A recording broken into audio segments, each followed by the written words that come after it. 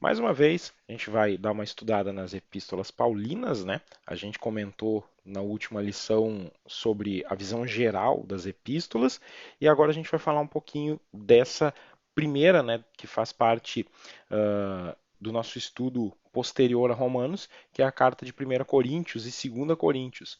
Aqui a gente tem um mapa mostrando a localização da cidade de Corinto, né? A gente consegue ver os posicionamentos pelo mapa maior ali na parte de cima, né? Essa é uma ilustração da cidade de Corinto, uma ilustração gráfica feita para um jogo. Por incrível que pareça, foi feita por um jogo.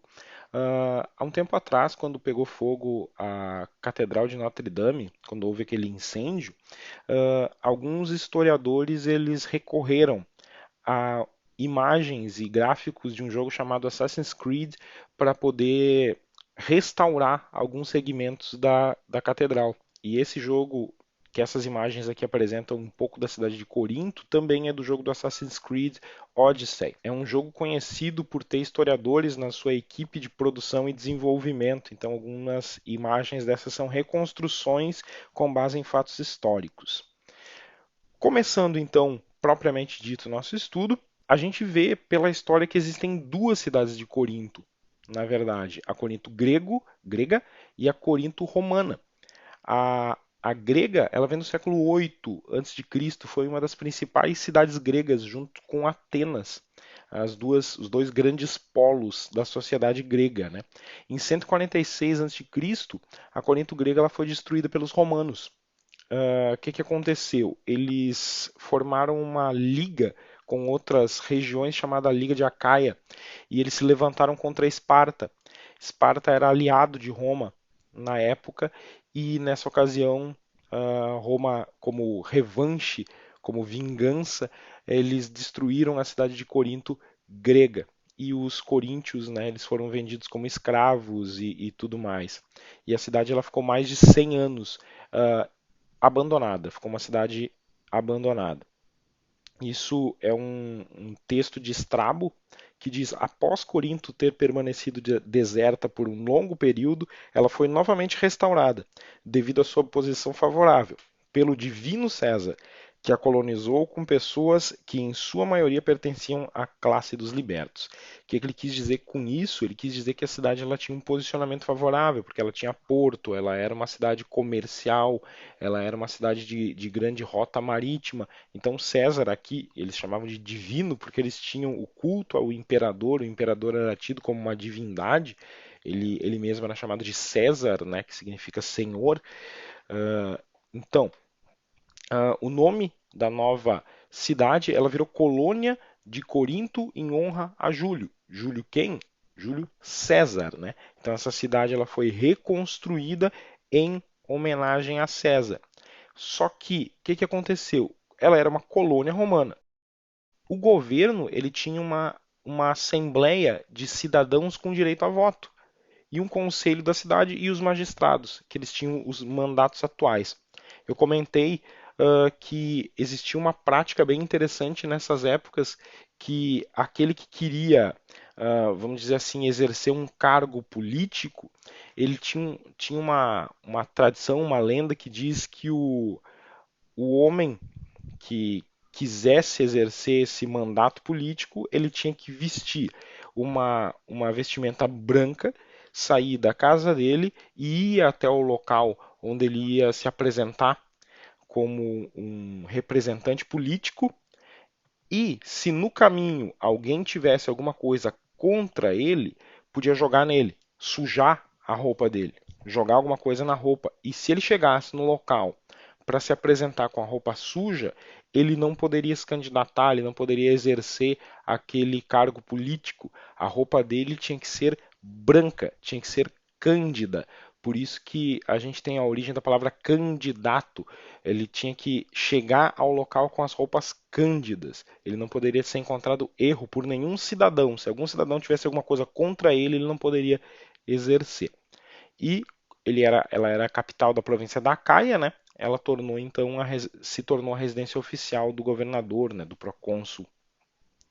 Nos tempos de Paulo, do apóstolo, né, ela estava sob a jurisdição do Senado romano mas ela foi nomeada uma província senatorial pelo imperador Cláudio no ano de 44 depois de Cristo. O imperador Cláudio, aquele mesmo que expulsou alguns judeus num período histórico. A nova cidade ela foi fundada com base no modelo romano, só que grande parte da população daquele lugar eram gregos. E a Nova Corinto, ela tinha os costumes romanos, o modo de vida romano, o povo grego, a linguagem ela oscilava entre o grego e o latim, mas a predominância da língua era o grego, então era uma cidade que tinha sua origem grega, mas a sua cultura e o seu modo de vida foi influenciado pelos novos colonizadores, vamos dizer assim, da cidade que foram os romanos. Todos os tipos de coríntios, até mesmo escravos, são mencionados em inscrições, geralmente pagas e erigidas por eles mesmos, para descrever as suas contribuições em projetos de edificações ou seus status nos clubes, que são as collegia, né? A quantidade de tais inscrições é impressionante. Corinto era uma cidade na qual a vanglória pública e a autopromoção se tornaram uma forma de arte. Whiterington escreveu isso falando de um costume que os coríntios tinham de se autoproclamarem. Eles achavam os seus atos, as suas atitudes grandiosas, então quando eles faziam uma coisa que para eles era importante, eles erguiam uma coluna, um monumento para dizer o que eles fizeram. Então eles se vangloriavam dos seus fatos e isso tornava eles um povo com um certo aspecto de julgamento. Eles julgavam se o outro estava fazendo certo ou não. E eles davam essa importância incrível para a reputação deles, mais do que para os fatos. Se tivesse lá um monumento dizendo que o indivíduo X lá era um homem de bem, eles acreditavam naquilo. Se o cara fosse pego batendo em alguém na rua, não, eles acreditavam na reputação, não nos fatos de verdade, mas na reputação que era espalhada. E isso tornava eles um povo que tinha aquela cultura orientada pelos valores da honra e da vergonha. E isso tudo frisava o ponto deles serem um povo que julgava. Eles julgavam se em comparação à justiça deles, em comparação ao que eles faziam, aquele cara estava certo, aquele cara estava errado, aquele cara estava fazendo uma coisa para honra ou para vergonha. Então eles tinham esse senso. Por isso que 1 Coríntios 4, 3 a 5, Paulo diz: pouco me importa ser julgado por vocês ou qualquer tribunal humano. De fato, nem eu julgo a mim mesmo. Embora em nada minha consciência me acuse, nem por isso justifico a mim mesmo. O Senhor é quem me julga. Portanto, não julguem nada antes da hora devida. Esperem até que o Senhor venha. Ele trará à luz o que está oculto nas trevas e manifestará as intenções dos corações. Nessa ocasião, cada um receberá de Deus a sua aprovação. Aí ele frisou também aquele ponto do julgamento, né, que o povo fazia. A gente segue um pouquinho mais, 1 Coríntios 1, 27, diz assim: mas Deus escolheu o que para o mundo é loucura para envergonhar os sábios, e escolheu o que para o mundo é fraqueza para envergonhar o que é forte. O que ele quis dizer com isso? Que aquela vanglória que era ostentada nos monumentos, ela tinha pouco valor, porque Deus escolhia aquele que ele achava de bem escolher, independente das obras que eles faziam. Deus escolheu os fracos para envergonhar aqueles fortes. Então eles tinham um senso de autopromoção, mas Paulo estava dizendo: não, Deus escolheu aqueles que ele escolheu pela graça, não pelas obras. Seguindo um pouco mais, ele diz assim: não estou tentando envergonhá-los ao escrever essas coisas, mas procuro adverti-los como a meus filhos amados. Então, Paulo ele falou isso de não estar envergonhando eles, para quê?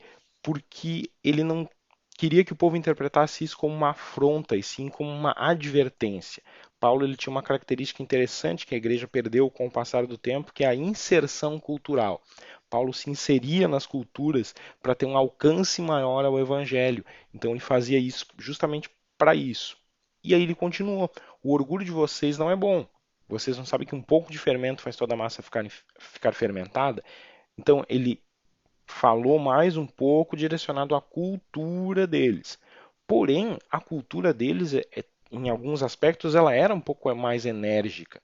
Eles entendiam algumas coisas quando alguém era um pouco mais forte, alguém mais preciso. Então, o que Paulo fez? Digo isso para envergonhá-los. Acaso não há entre vocês alguém suficientemente sábio para julgar uma causa entre irmãos? Digo isso para envergonhá-los. Ele foi contra, ele pegou um comportamento cultural da cidade e usou para pregar. Então Paulo ele usava a cultura muito a favor dele. A influência grega ela prevalecia na cidade. Então a gente tinha templos para diversas divindades. Tinha para Poseidon, para Afrodite, Apolo, Deméter, Asclépio, Coré. Tinha templos espalhados. 1 Coríntios 8, 5, 6 diz assim: Pois, mesmo que haja os chamados deuses, quer no céu, quer na terra, como de fato há muitos deuses e muitos senhores, para nós, porém, há um único Deus, o Pai, de quem vêm todas as coisas e para quem vivemos, e um só Senhor, Jesus Cristo, por meio de quem vieram todas as coisas e por meio de quem vivemos. Ele falou isso justamente para quebrar aquele apoio que eles tinham nas divindades. Eles tinham os deuses entre eles, por isso que ele falou que havia muitos deuses, e os senhores eram os senhores, por exemplo, o próprio César, que era tido como um senhor, os patronos que tinham na época, que também eram senhores. Para isso ele veio com essa advertência. Um dos mais importantes lugares que tinha em Corinto era o templo de Afrodite. Ela era a deusa do amor, né? Da beleza, da fertilidade, ela era a deusa da navegação, mas em Corinto também ela foi adotada como patrona das prostitutas, porque existiam as prostitutas cultuais, que eles chamavam, que eram as que estavam prestando serviços nos templos de Corinto, inclusive no templo de Afrodite.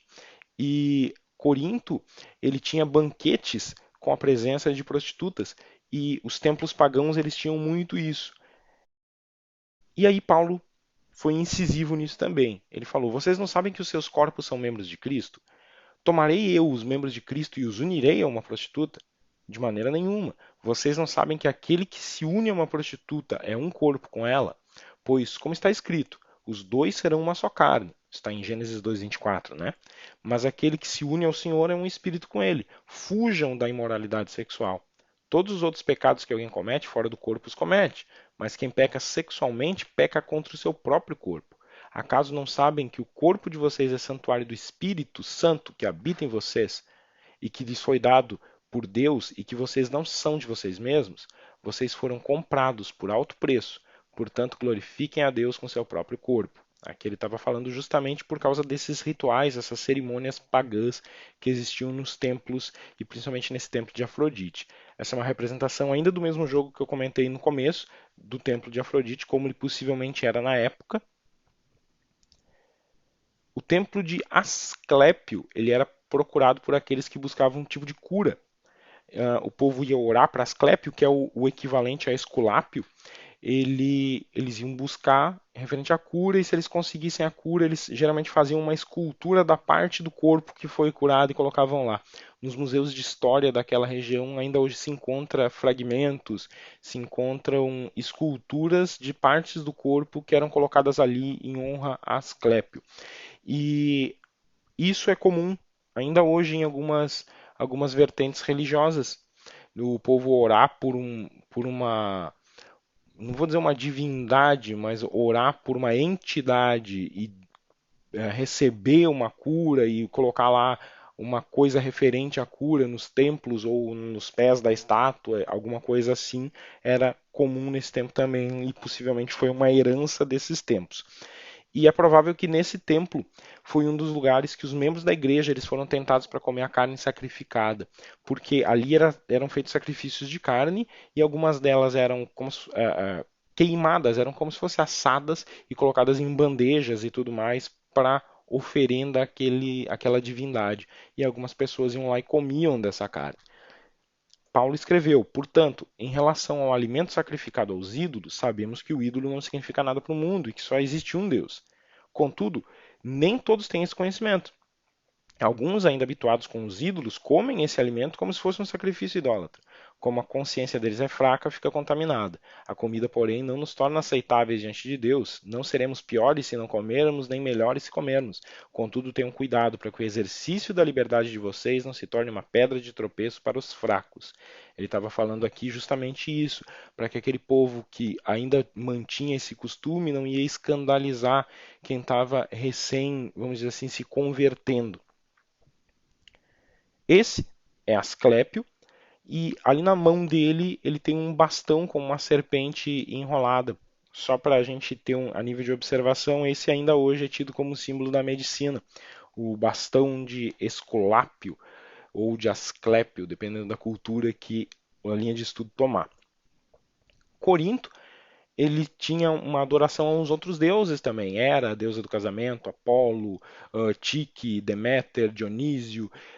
E ele tinha também cultos a divindades de outros lugares, como algumas divindades egípcias, Ísis, Osíris, Horus. Então, eles tinham uma adoração entre diversas divindades. E o culto ao imperador ele se tornou a principal influência religiosa na cidade.